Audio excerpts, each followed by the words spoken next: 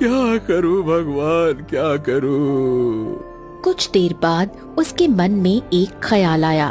हाँ, अब एक ही उपाय है। मुझे विचित्र जंगल जाना होगा और वहाँ से सफेद वृक्ष को काटकर बाजार में बेचना होगा। उसी से इतना धन प्राप्त किया जा सकता है जिससे मैं अपनी पत्नी का इलाज करा सकता हूँ और अपनी पुत्री की आंखों में दीपावली के शुभ अवसर पर खुशी दे सकता हूँ और उसके लिए अच्छे अच्छे दिए खरीद के उसे दे सकता हूँ।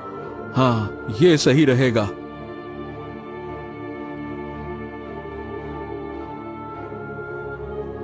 अगली सुबह वो कुल्हाड़ी उठाकर जंगल की ओर रवाना हो गया। शंकर जंगल की सीमा पर पहुंचा ही था कि नानक चाचा उसे मिल गए। ए शंकर, ए भैया, कहाँ जा रहा है तू? चाचा, लकड़हारा हूँ, जंगल जा रहा हूँ लकड़ियाँ काटने। देखो भाई शंकर, गलती से भी उस विचित्र जंगल में मत जाना। कुछ दिन पहले बंसी और हरिया लालच में वहाँ चले गए लेकिन वापस नहीं आए और न जाने कितने लोग कुछ समय से वहीं गायब हो चुके हैं। जरा संभल कर जाना। हाँ चाचा, आप चिंता मत करो, मैं विचित्र जंगल नहीं जाऊंगा।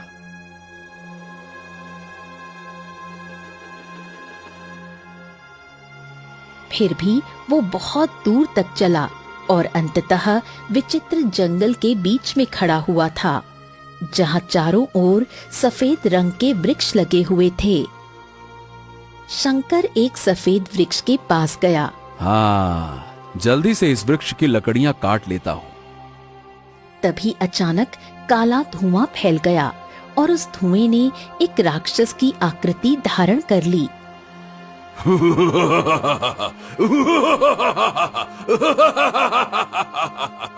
अब डरने से कोई फायदा नहीं क्योंकि तू मरने वाला है।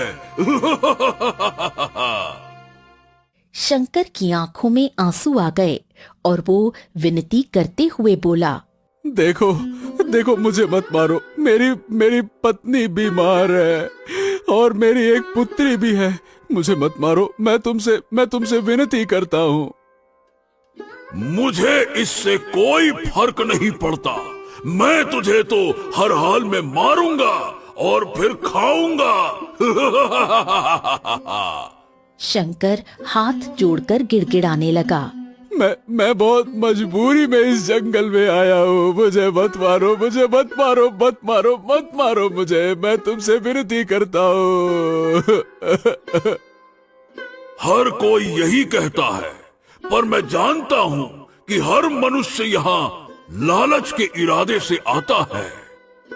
ठीक है, अगर तुम्हें मुझे मारना ही है तो मुझे कुछ समय दे दो।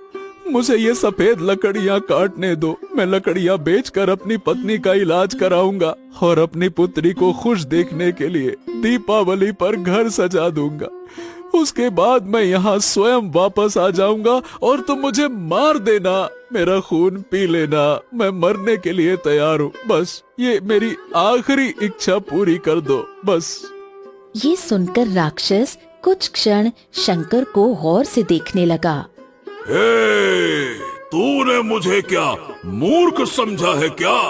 कोई इतना ईमानदार नहीं होता कि मरने के लिए स्वयं तैयार हो जाए। देखो, अगर तुम राक्षस हो तो तुम्हारे पास जादुई शक्तियाँ भी तो होंगी।